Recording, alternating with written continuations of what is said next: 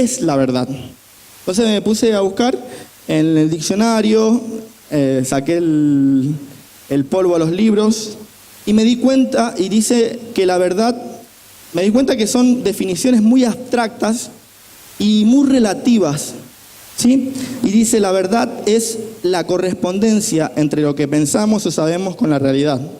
En el sentido, la verdad supone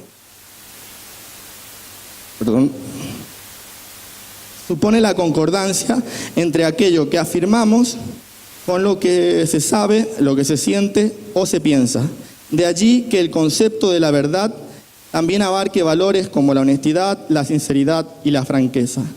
Leí eso y dije yo, es como que le falta algo, es como que si lo que yo pienso es mi verdad, lo que yo opino es mi verdad, y lo vi como muy sujeto a las emociones, ¿sí?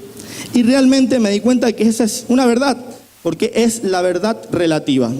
Disculpen si hay alguno ahí que está, le estoy haciendo una mezcla ahí, pero ya voy a llegar al punto.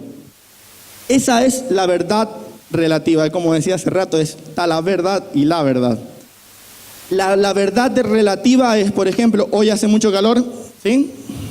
Pero capaz que mañana hace frío. En Mendoza no se sabe, así que por la duda mañana llévese una campera. Sonría, no sé. Hice un chiste, fue un chiste. Pero esa es una verdad relativa, ¿sí? Para nosotros, los cristianos, no existe una verdad relativa. Existe en parte, pero nosotros nos movemos por una verdad absoluta. ¿Y dónde está esa verdad absoluta? Esa verdad absoluta es la palabra del Señor revelado en el Señor Jesucristo. Amén. El Señor Jesucristo mismo dijo, yo soy el camino y la verdad y la vida. ¿Sí? Nadie va al Padre si no es por mí. Él es la verdad absoluta. Y está demostrado en su palabra de que la verdad absoluta está vista en Él. ¿Amén? Bien. Y no podía dejar de pensar mientras preparaba esto, y en Romanos 3:4, la primera parte dice, de ninguna manera, antes sea Dios veraz y todo hombre mentiroso. Y ahí me di cuenta de algo, que no importa si hay hoy en día ideologías, argumentos, conocimientos, lo que sea, todo cae por tierra cuando la palabra de Dios empieza a hablar a nuestras vidas. Amén.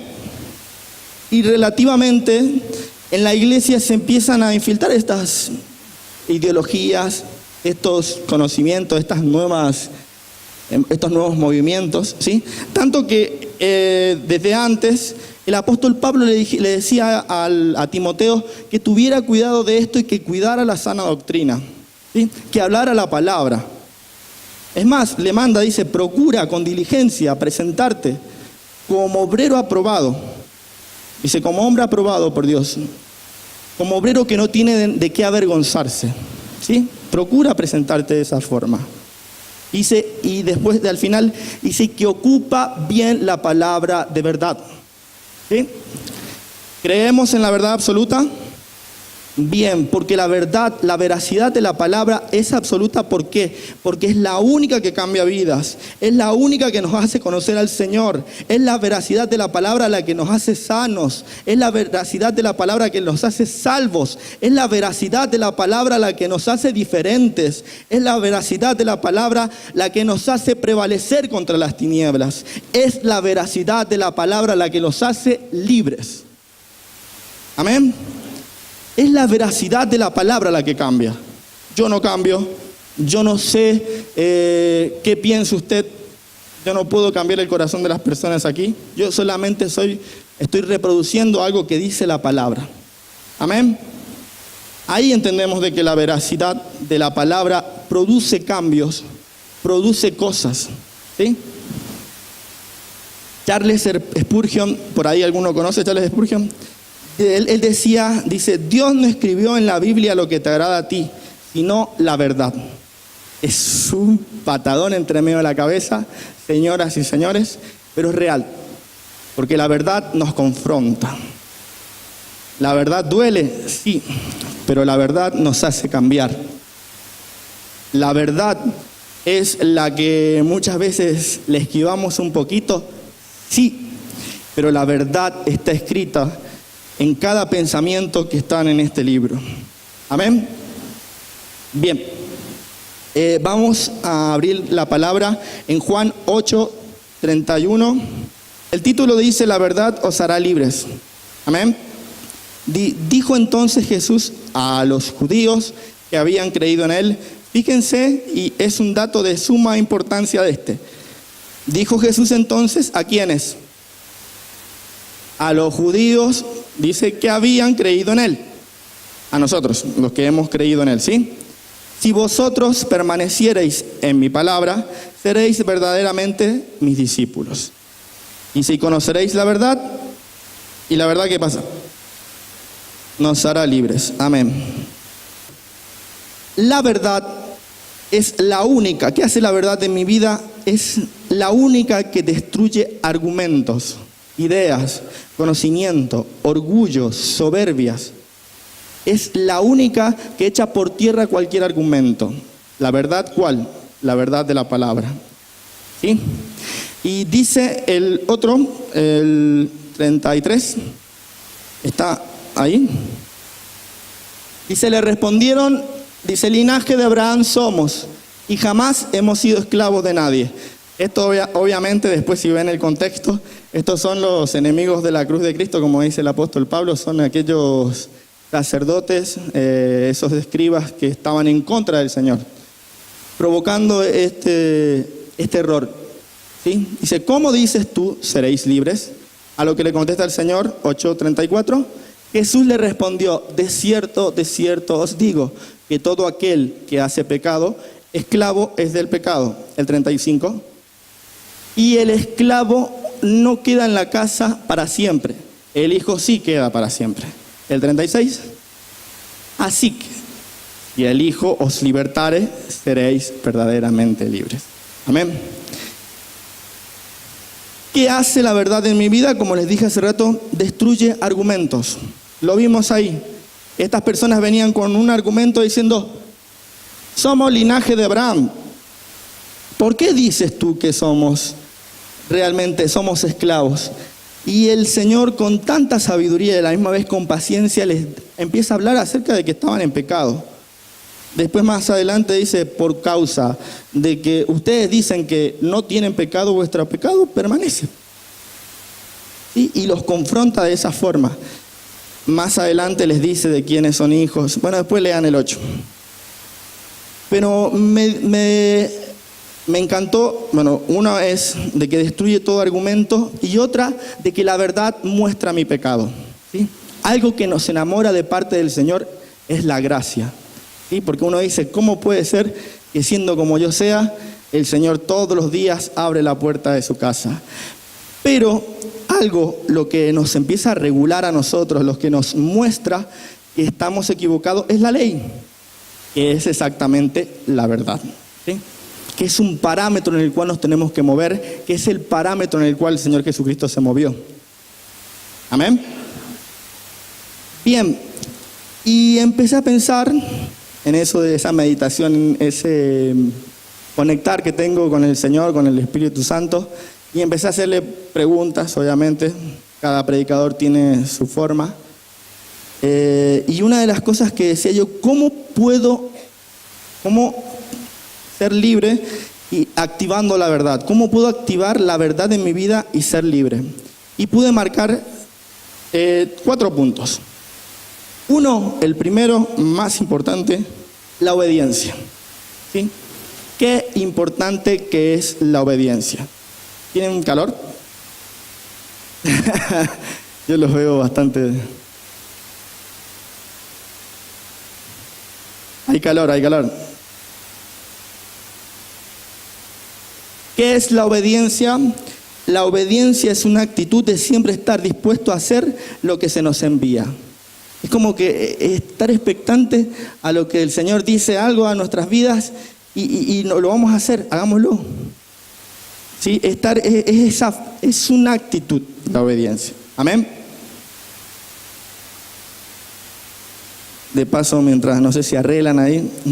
Ya les dije, hay que predicar aún así con la publicidad en medio.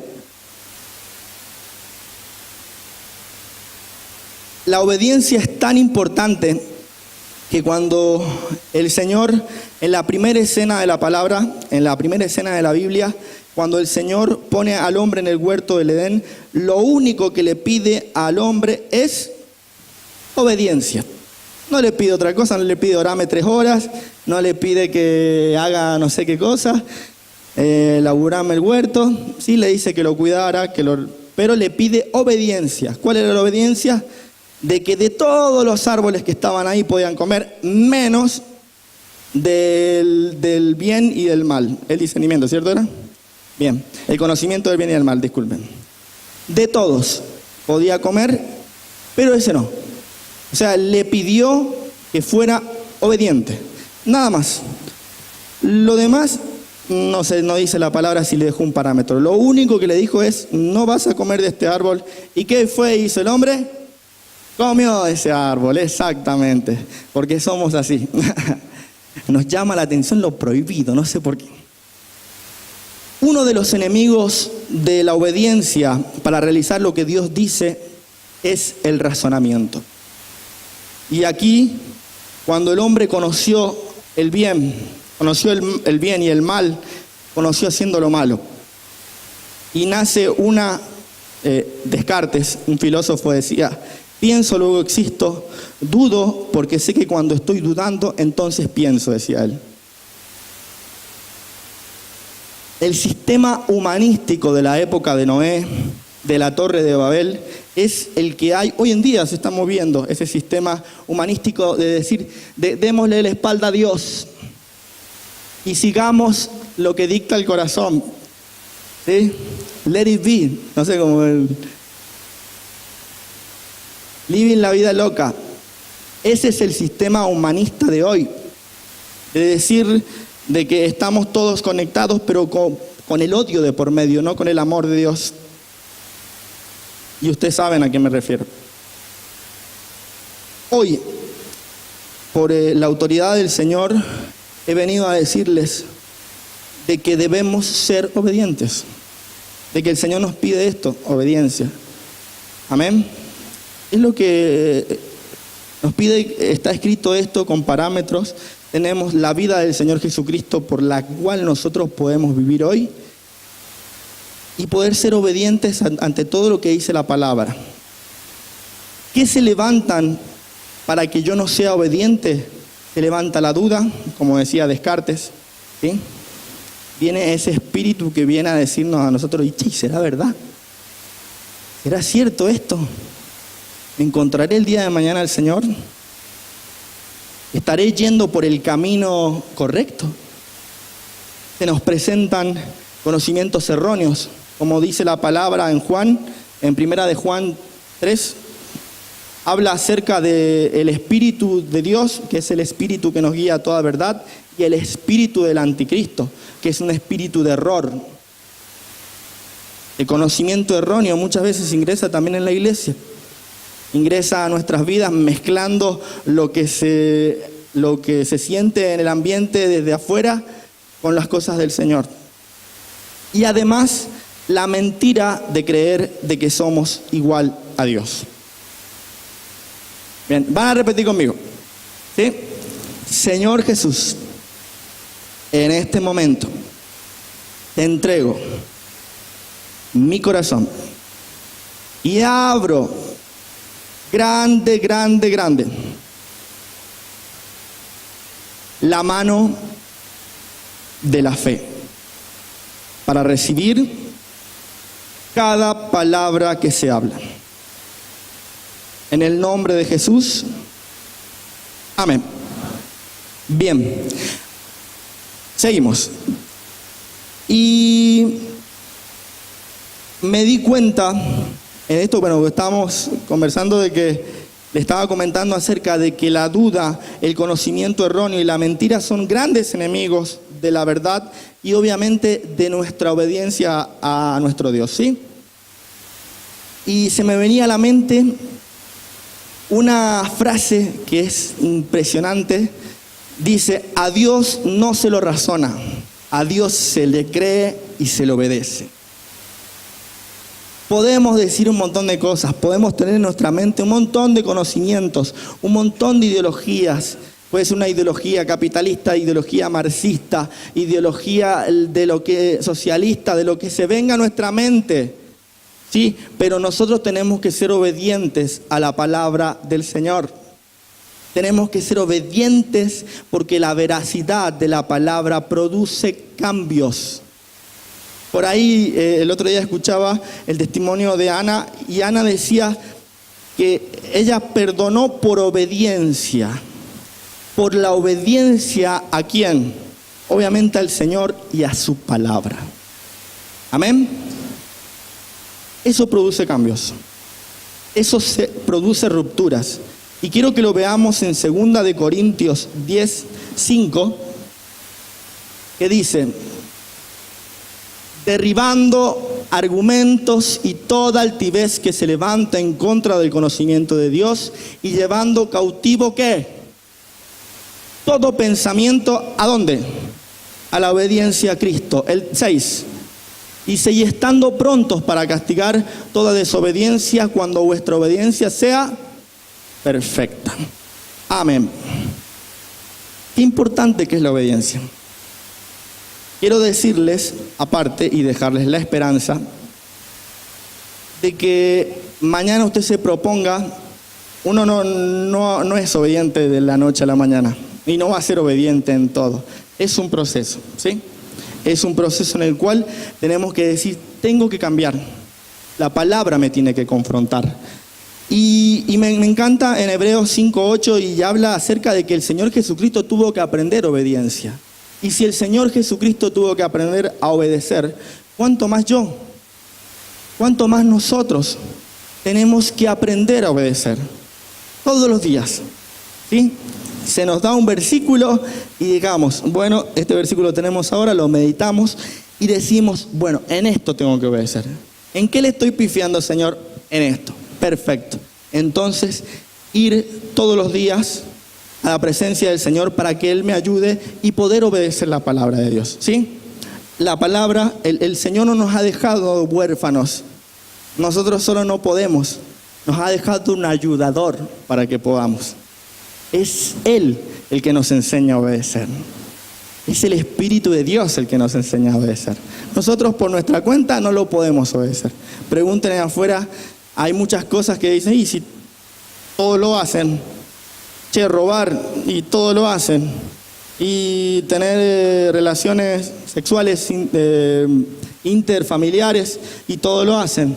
Sí, pero nosotros tenemos otro parámetro que está en la palabra. Amén. Y tenemos al ayudador, ¿para qué? Para que podamos obedecerlo. ¿Sí? Amén. Bien. El segundo. ¿Cómo puedo ser libre? ¿Cómo puedo activar la verdad para ser libre? Perdonando. El perdón tiene una forma, es una forma de vida para nosotros. Es un estilo de vida. Tenemos que vivir perdonando. ¿Sí? ¿Por qué? Porque aún así, entre nosotros muchas veces nos hacemos daño.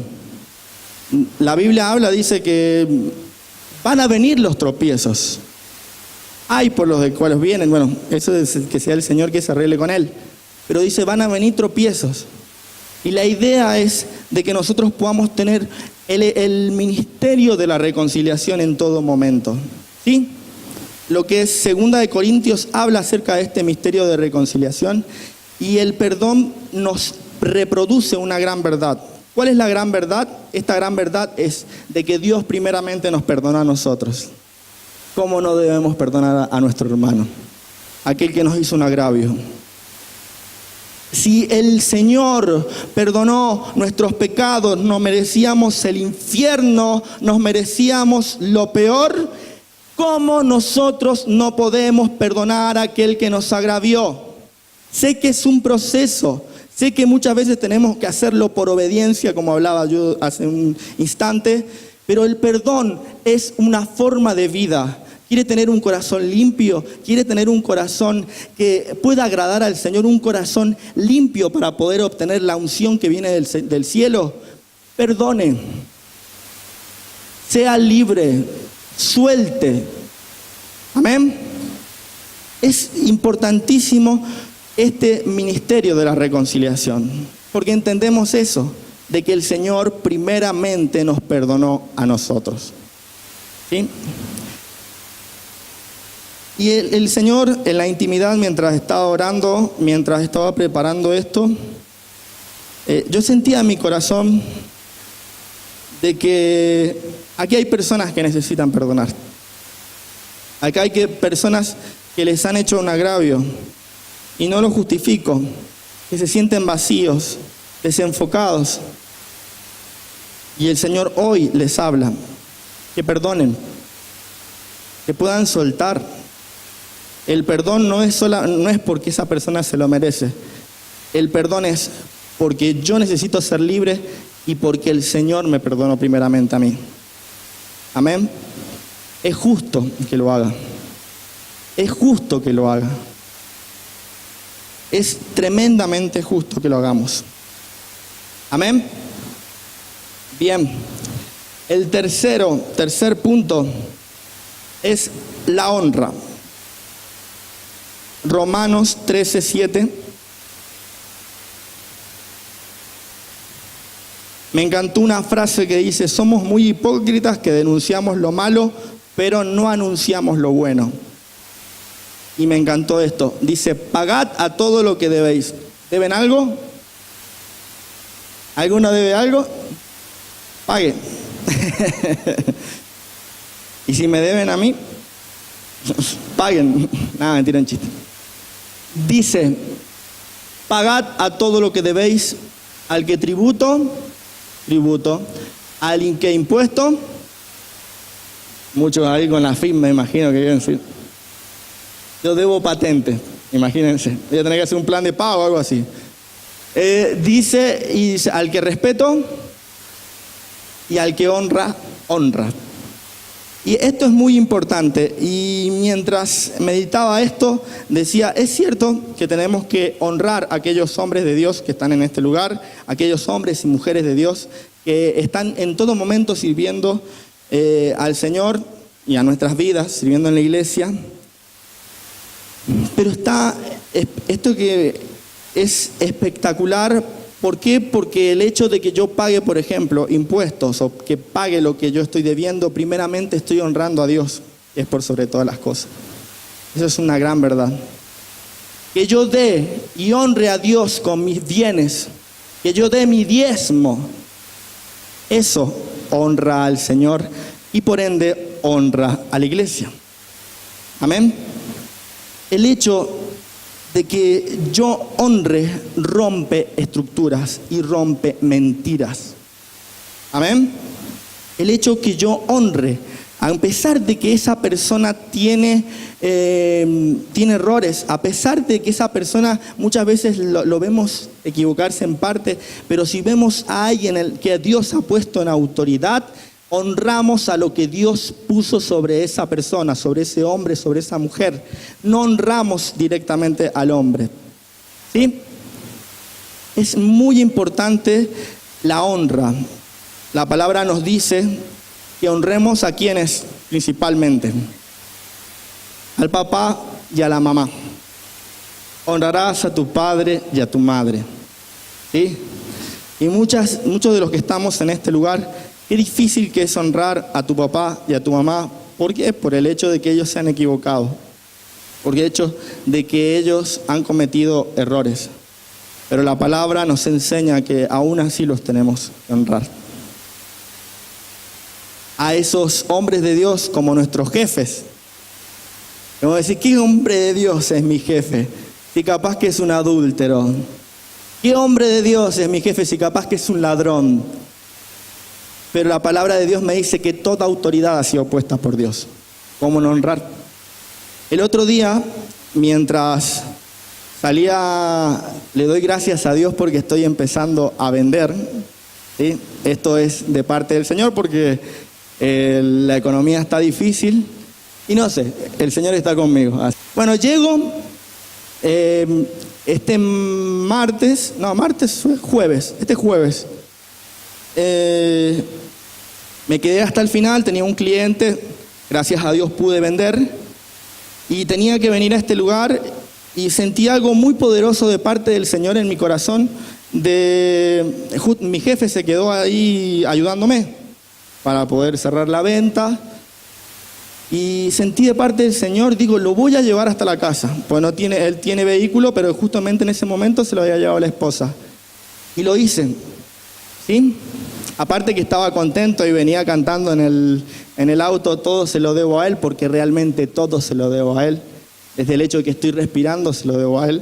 El hecho de que estoy parado, que tengo 2 piernas, 2 brazos, se lo debo a Él, ¿sí? Pero yo le daba gracias a Dios por haberme puesto personas así como este hombre. Lo llevé a su casa, ¿sí? Obviamente porque sentí de parte del Señor que lo pudiera hacer. Y él me dijo esta frase que me mató. Dijo, qué misterio que es Jonathan Aciar. ¿Sí? Él sabe que soy cristiano, él conoce que yo amo a Dios, porque el otro día llegué y me decían, para de vender, que esto y aquello. Me cargaban mis compañeros y yo decía, yo estoy vendiendo porque Dios me está ayudando. No existe otra fórmula. Y una de las cosas que me dijo él cuando lo iba llevando, porque le dije yo, esto se llama honra, él me dijo, qué misterio que es Jonathan Aciar. Entonces dije yo, wow, el poder de la palabra puede romper mentiras. Es impresionante el poder de la honra. Yo he sentido muchas veces que he honrado a hombres de Dios y se me ha pegado la unción de que esas personas tenían. He honrado a mujeres y a hombres de Dios y esa unción que ellos tenían se me ha pegado. Es importantísimo de que podamos honrar a nuestros padres, aquellos hombres de Dios que están ahí bendiciéndonos en todo momento, y también aquellos jefes. ¿Cuántas veces con su jefe hay ahí una pica? Yo me tenía que levantar a un jefe cuando trabajaba en la maderera, que era bastante bravo. El tipo quería todo impecable, y era a veces también bastante, a veces se iba para el otro lado. Pero aún así yo decía, yo veía a Dios y no a Él. Y decía yo, por ejemplo, llegaba temprano, 5 minutos, 10 minutos antes, y me iba 15 a media hora después, porque yo decía, yo no veo a ese hombre, yo veo a Dios. Porque ese hombre ha sido puesto por Dios, porque este trabajo me lo dio Dios. Entonces comprendí de que yo al honrar se rompían estructuras en mi mente y Dios me bendecía encima. Qué poderoso que es esto. Es poderoso cuando entendemos de que si la verdad está dentro de nuestro corazón, no hay nada que nos pueda mover. Puede venir viento, puede venir una marea fuerte, un tsunami, puede venir lluvias, todo, pero hemos hecho cimiento en la roca, que es nuestro Señor Jesucristo, que Él es la verdad. Amén. Bien. 4, el último punto, que es renunciar a lo malo, porque muchas veces somos buenos para renunciar, y anunciar lo bueno. Amén. Y vamos a orar. Mientras necesito la música en el piano, ahí mi hermano querido. Dice, para declarar y levantarnos usamos la palabra haciendo una oración de renuncia de nuestros distintos pecados. Y a la misma vez declaramos lo poderoso de Dios en nuestras vidas. Renunciamos a las mentiras que Satanás dijo a nuestras vidas, como el rechazo, el abuso, la culpabilidad, las decepciones, la inmoralidad sexual y la falta de autoestima, en el nombre del Señor Jesucristo, repitiendo esto. Póngase de pie.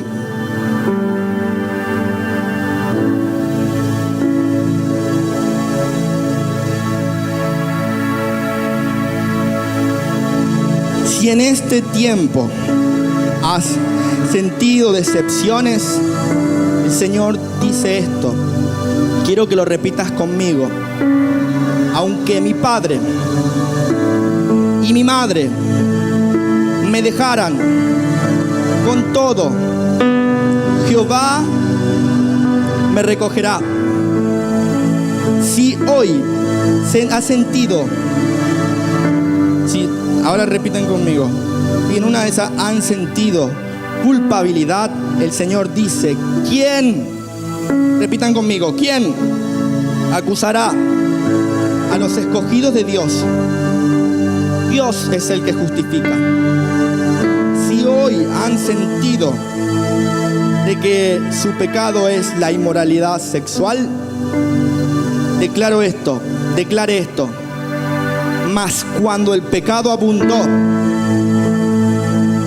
sobreabundó la gracia. Si hoy tenemos falta de autoestima, decimos, no me elegisteis vosotros a mí, sino que yo os elegí a vosotros y os he puesto para que vayáis y llevéis fruto, y vuestro fruto permanezca, para que todo lo que pidiereis al Padre en mi nombre, Él se los dé. El Señor también dice, y el que estaba sentado en el trono dijo, he aquí yo hago nueva todas las cosas. Y me dijo, escribe, porque estas palabras son fieles y verdaderas.